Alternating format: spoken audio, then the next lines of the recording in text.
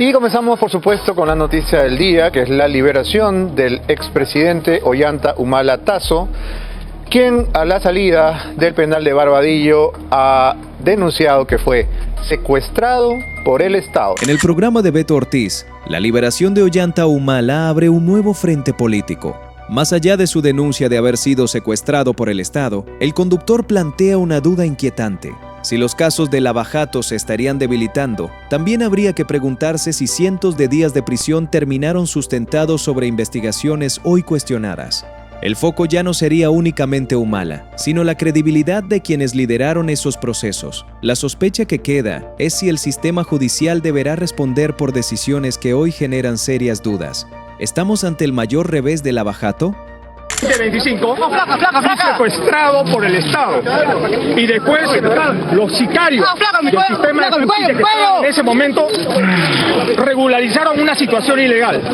Jamás hemos cometido delito alguno. Nunca he recibido aportes de campaña ni de Venezuela ni de Brasil.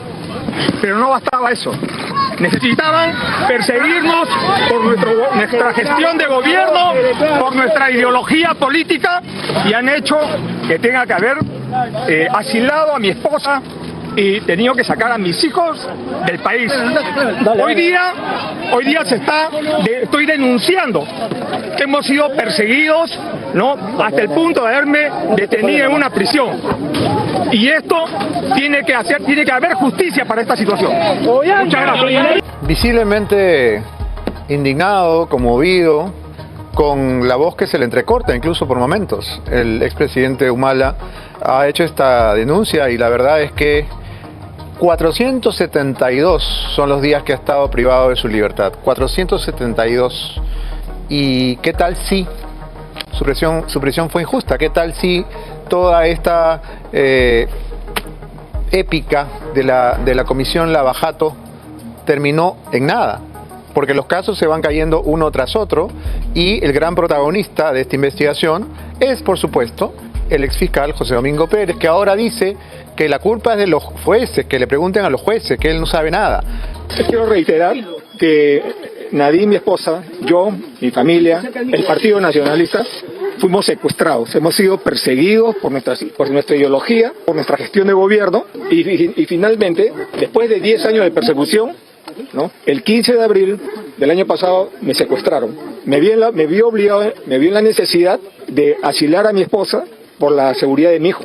Estos sicarios, estos operadores, el brazo armado, el grupo Colina del Ministerio Público, que es el equipo especial Lavajato, nos persiguieron, usurparon funciones del Poder Judicial y de la OMPE, y criminalizaron aportes de campaña. Jamás recibí aportes de campaña ni de Venezuela ni de Brasil. Sin embargo, he tenido que ser procesado. Esto nunca debió haber pasado más allá de una investigación preliminar, pero nos llevaron a un juicio y nos llevaron al crimen que han cometido por nuestra ideología y por la gestión que hicimos de gobierno. Estamos enfrentando, pero la persecución no ha terminado. Este es el buque insignia. El resto de casos que tenemos, todos son relacionados a las empresas brasileñas. O sea, nos han perseguido, han criminalizado el aporte de campaña, jamás pudieron probar un solo dólar de Venezuela o de Brasil, y todos esos casos que nos han abierto tienen relación con las empresas brasileñas, porque para la fiscalía, para esos sicarios del grupo especial, ¿no?, tenían que atraparnos y destruirnos como sea, y aquí estamos. Sumamente duras las palabras del expresidente Humala. El grupo Colina del Ministerio Público, así ha llamado al grupo especial Lavajato, y creo que nadie los había calificado con tanta dureza. El grupo Colina, como se recuerda, es una agrupación asesina, y él está acusando aquí de una persecución por nuestra ideología, ha dicho textualmente, y sería muy interesante que él desarrolle más esta idea de que su prisión, los 472 días que ha estado privado de su libertad en el penal de Barbadillo, se deben a una persecución política, o más exactamente a una persecución por su ideología. ¿Quién lo perseguía por su ideología? ¿Quiénes estaban detrás? Si esto es así, sería interesantísimo escuchar cuáles son las razones que han llevado al expresidente a esta conclusión y, claro, a esta calificación realmente escalofriante que hace del Grupo Especial Lava Jato, a quien todos tenían en un pedestal. Y digo tenían porque las dudas sobre ese grupo en particular las hemos tenido siempre. Pero qué increíble escuchar ahora que un expresidente de la República lance estas acusaciones tan graves. Los está llamando sicarios. Está diciendo que los fiscales de este país, que el Ministerio Público del Perú está conformado por mercenarios, por asesinos a sueldo. Eso es lo que está diciendo. Y pues ojalá haya oportunidad para que él desarrolle, insisto, esta teoría que solamente escuchando las primeras declaraciones luce francamente escalofriante. La liberación de Ollanta Humala ha vuelto a poner en el centro del debate uno de los capítulos más controvertidos de la política peruana. Beto Ortiz sostiene que esta ya no es solo la historia de un expresidente que recuperó su libertad, sino de una denuncia que podría reabrir preguntas incómodas sobre las investigaciones de Lava Jato y las decisiones que marcaron al país. Si los procesos comienzan a ser cuestionados, el impacto podría ir mucho más allá de un solo caso. Escucha con atención lo que dijo, porque sus palabras no han pasado desapercibidas.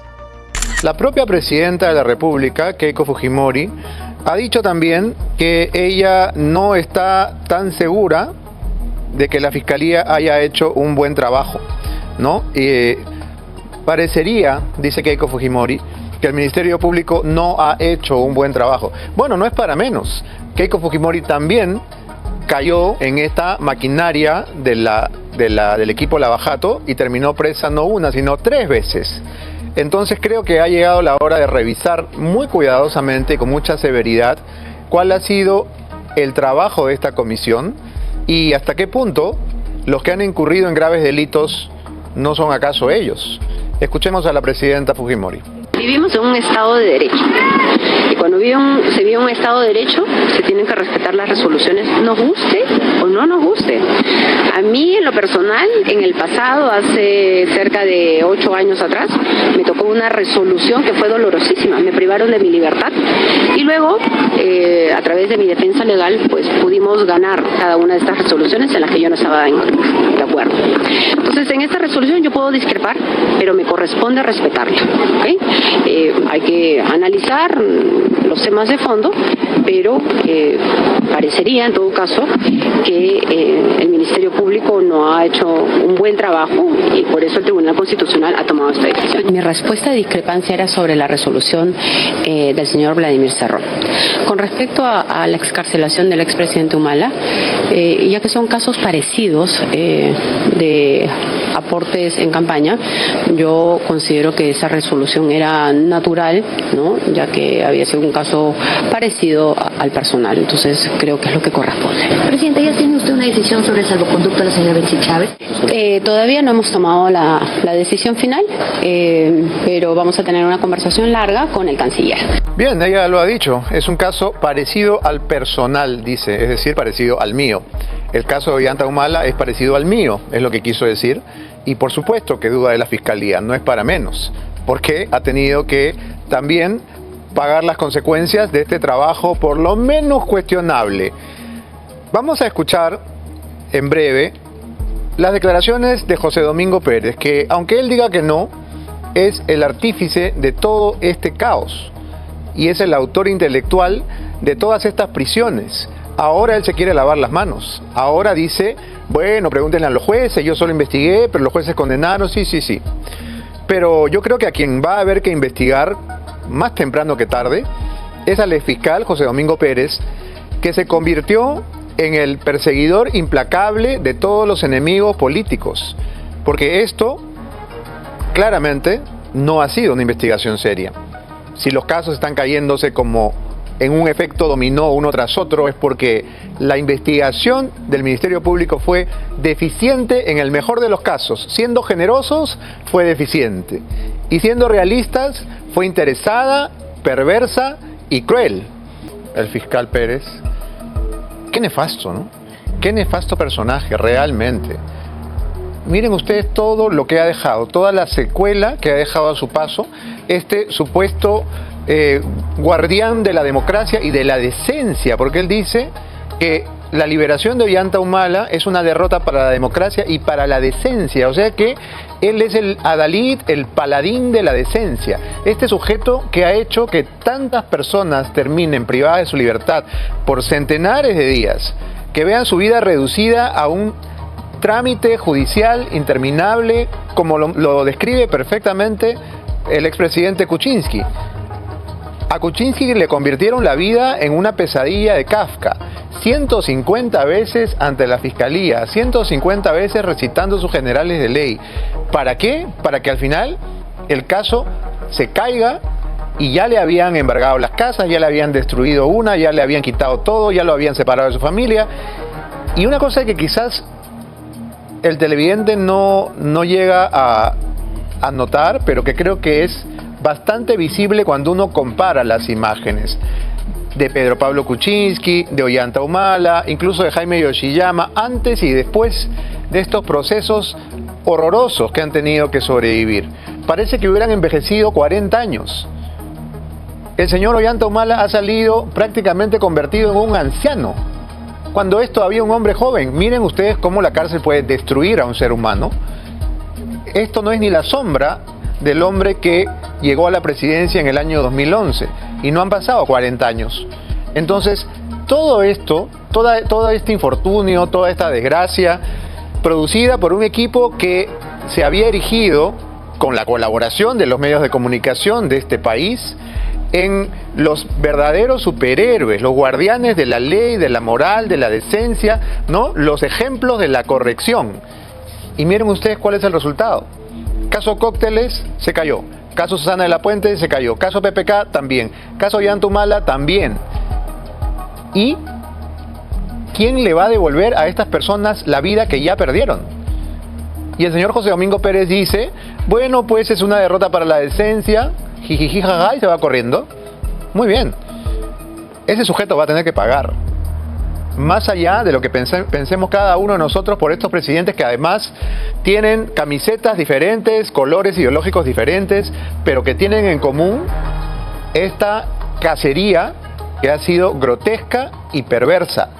Lo que ha hecho el equipo Lavajato ha sido una cacería grotesca y perversa contra expresidentes del Perú. Finalmente, la única que no había sido presidenta todavía es Keiko Fujimori, pero los demás. Y no nos olvidemos de Alan García. No nos olvidemos de lo que pasó con Alan García, que también fue una cacería y que también tuvo como autor intelectual a ese sujeto que ahora se va corriendo como un cobarde. No nos olvidemos. La salida de Ollanta Humala de prisión no solo ha reabierto un caso emblemático, también ha desatado un nuevo choque político. Beto Ortiz sostiene que esta liberación podría convertirse en otro duro golpe para el equipo Lavajato, mientras surgen fuertes críticas sobre la actuación de algunos fiscales durante las investigaciones. Lo que está en discusión ya no sería únicamente el destino de un expresidente, sino la forma en que se condujeron procesos que marcaron al país durante años. Escucha con atención este análisis, porque las conclusiones podrían sorprender a más de uno. Ollanta Humala ha salido en libertad después de haber estado más de 400 días en la cárcel junto a otros expresidentes, 472 días para ser exactos, y un caso más del equipo Lavajato que se viene abajo. Quisiera saber qué opina al respecto nuestro amigo Francisco Belaunde. Bueno, yo considero que desde el inicio, no solamente yo, sino mucha gente pensamos que había un exceso por parte de estos fiscales, ¿no? Que se estaba inventando un delito que no existía en su momento. Y también considero que esa actuación, porque no solamente él, también está ese fiscal Juárez también, que fue el que metió preso justamente inicialmente ¿cómo se llama? A Ollanta con Nadine, ¿no? La primera vez. La primera vez. Claro. Entonces, Germán Juárez. Yo creo que le han hecho un daño enorme a la política, ¿no? Con este tipo de acciones. Mi hipótesis es en el fondo que había una especie de síndrome. Creo que ser fiscal que mete a políticos a la cárcel te puede volver famoso, ¿no? Te puede dar, digamos, yo creo que tenía una especie de síndrome de este juez italiano de manos limpias. No sé si te acuerdas, hay este fiscal o juez italiano, ¿cómo se llamaba?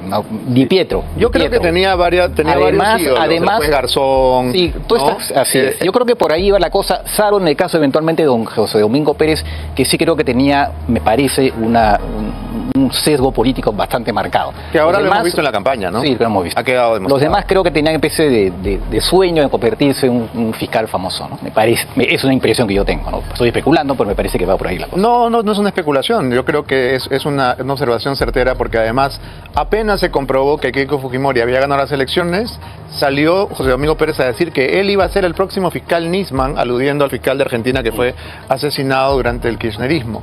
Y la verdad es que ya a estas alturas creo que está quedando bastante claro cuál ha sido el rol del señor Pérez. ¿Cuál es tu análisis, José Carlos, sobre no solamente la liberación de Ollanta, sino sobre lo que ha pasado con las investigaciones de este equipo? Hemos visto en el informe de nuestro compañero Baella que son 4 casos que quedaron en nada: Cócteles, Susana Lapuente, PPK y Ollanta Humala. Bueno, yo creo que evidentemente, como resultado de esta sentencia del TC de hace algunos meses, era evidente que esto iba a terminar pasando. Creo que lo que también va a terminar pasando es que va a terminar siendo una causa un poco huérfana, ¿no? O sea, creo que todos, y en eso evidentemente un sector también de la prensa tiene una responsabilidad. Creo que todo eso que se decía de estos casos que estaban tan bien armados supuestamente, que habían encontrado un eslabón y estaba otro, no creo que vayan a tener algún sustento de defensa, porque creo que si algo tiene la sentencia del TC y si algo también está, Ollanta Humala habrá hablado del grupo Colina, ¿no? Ha sido muy severo, ha sido, ¿no? muy duro. Claro, quizás han habido algunas cosas que tienen que seguir en algunas irregularidades, o lo que se quiera, pero habría que ver qué diríamos nosotros después de más de un año presos, ¿no? Evidentemente. Yo creo que ha tenido tiempo para analizar la situación. Pero creo que como te digo, no va a ser un caso por el que se va a ver alguien que va a cruzarse para defenderlo, ¿no?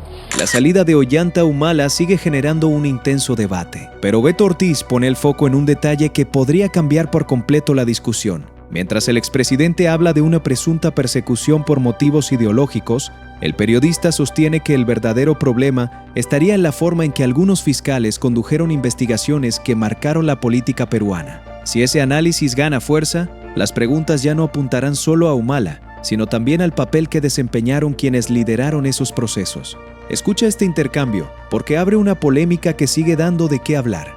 Declaraciones que ha dado en la puerta de su casa, Francisco, el expresidente Humala dice que ha habido persecución por su ideología, y esa es la parte que no termino de entender, porque, a ver, si hay una persecución por razones ideológicas, estamos ante un abanico de ideologías diferentes: Keiko Fujimori, PPK, Alan García y el propio Ollanta Humala. ¿Qué piensas? Sí, no, yo creo que eso me parece, tiene que ver tal vez con la dureza, todo lo que ha pasado, ¿no?